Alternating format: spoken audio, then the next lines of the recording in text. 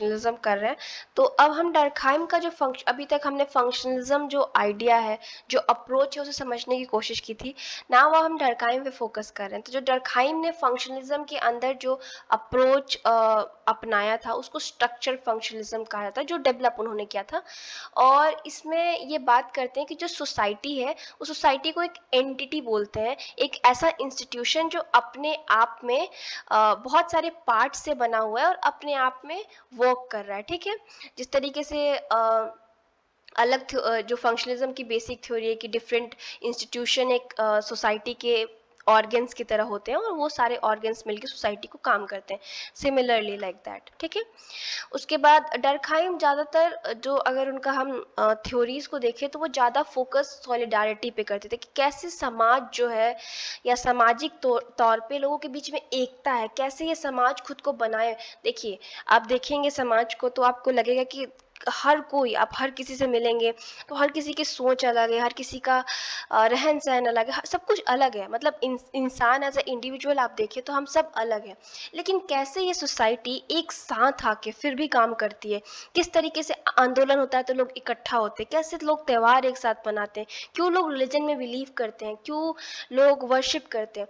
तो ये ऐसे क्वेश्चंस पे, ऐसे टॉपिक्स पे फोकस करते थे कि कैसे हम सब अलग होते हुए भी एक साथ मिलके ऑटोमेटिक, क्वाजी ऑटोमेटिक फैशन में एक वर्ड यूज करते हैं। मतलब हमें पता नहीं है, ठीक है, कि सोसाइटी के वेरियस पार्ट किस तरीके से, लेकिन हमें वो ऑटोमेटिकली सोसाइटी काम कर रही है, क्योंकि आपको पता है कि अगर जब से हमारा ह्यूमन सेटलमेंट होना शुरू हुआ, हम रहना शुरू हुआ, तो सोसाइटी बनना शुरू हो गई थी और ये सोसाइटी मेंटेन भी है अभी तक। ठीक है, तो किस तरीके से वो ऑटोमेटिकली वर्क करती है, किस तरीके से सोशली सब कुछ इक्वल हो गया। मतलब इक्वल का मतलब यहाँ पे सोशल इक्वालिटी, हम वो वाली बात नहीं कर रहे स्ट्रैटिफिकेशन वाली या जिसमें ऊंच नीच की, बस एक सोसाइटी जो वर्क कर रही है, टूट नहीं रही है, ख़त्म नहीं हो रही है या बर्बाद नहीं हो रही है, सोसाइटी स्टिल वर्क कर रही है, हम रहे ना रहे लेकिन सोसाइटी चलती रहेगी। ठीक है, उस टाइप का आइडियोलॉजी, तो इस पे ये फोकस करते हैं डर्कहाइम यहाँ पे। अब ये बोलते हैं कि ऐसी बात नहीं कि इंडिविजुअल्स इम्पॉर्टेंट नहीं है या एक पर्सन इम्पॉर्टेंट नहीं है, लेकिन वो इम्पॉर्टेंट किस चीज़ पे है, उनके स्टेटस, यानी सोसाइटी में उनका पोजीशन क्या है, या सोशल रिलेशन कैसे हैं उनके, या उनका समाज जो जो उनका रोल है समाज में, या वो जिस तरीके से बिहेव करते हैं वो उनके स्टेटस से रिलेटेड है। ठीक है, और जो सोशल स्ट्रक्चर है वो एक तरीके का नेटवर्क है डिफरेंट डिफरेंट ऐसे स्टेटस वाले लोगों का। ठीक है, जिनके अपने अपने रोल है, यानी सोशल स्ट्रक्चर एक ऐसा नेटवर्क है जहाँ पे डिफरेंट स्टेटस वाले लोग एक दूसरे से कनेक्टेड हैं अपने अपने रोल को लेके।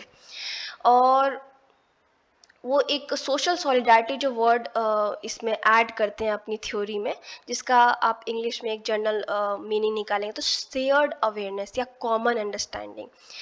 तो उनके हिसाब से, डर्कहाइम के हिसाब से, जो एक तरीके से सोसाइटी है मान लीजिए, तो किस तरीके से हम एक साथ आ जाते हैं, या जैसे मैंने एग्जांपल दिया आंदोलन की बात है, सब अलग है बट एक टॉपिक पे कैसे लोग आ जा रहे हैं, या कोई त्यौहार की बात है, तो इसी कैसे ये शेयर्ड अवेयरनेस या कॉमन अंडरस्टैंडिंग सोसाइटी में डेवलप होती है, ये इनका मेजर एक वो होता है पॉइंट या फोकस इनके काम में। और इनका जो elementary form of religious life होता है, जहाँ पे डर्कहाइम हमें इस थ्योरी के बारे में और बताते हैं, जो इनकी थिंकिंग है इसके बारे में और हमें एक्सप्लेन करते हैं।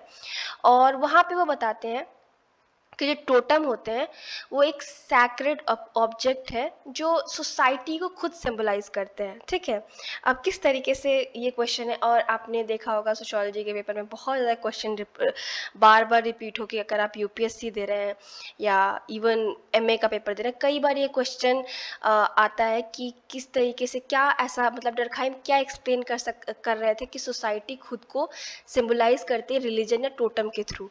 तो बेसिकली इनका आइडिया ये था कि जो सोसाइटी है वो कहीं ना कहीं अपने आइडियाज़ को या एक एकता को पूजा करती है। ठीक है, उसको ही आइडल बनाती है, उसी को। अब जैसे कि टोटम में आइडिया आपने देखा होगा कि टोटम किसी चीज़ से कनेक्टेड होता है, किसी मतलब कोई जो टोटम है वो अलग अलग क्लान्स का यानी अलग अलग कबीलों का एक टोटम होगा, यानी कि कोई पत्थर को पूज रहा है, कोई पहाड़ को पूज रहा है, अलग अलग जो उनको रिप्रेजेंट करते हैं। तो उनके कहने का तात्पर्य ये था कि वो जो टोटम है वो उनके कबीले को, क्लैन को या उनकी सोसाइटी को रिप्रेजेंट कर रहा है जिसकी पूजा कर रहे हैं, तो ऑटोमेटिकली वो अपनी सोसाइटी की पूजा कर रहे हैं। उनके कहने का मतलब ये था। ये क्वेश्चन आप कर लेंगे, ऐसा मुश्किल सा नहीं है, बहुत ही आसान है और कुछ ऐसा वो बहुत बड़ी थ्योरी की बात नहीं करे, सिंपल बात है, आपको समझना बस पड़ेगा। ठीक है।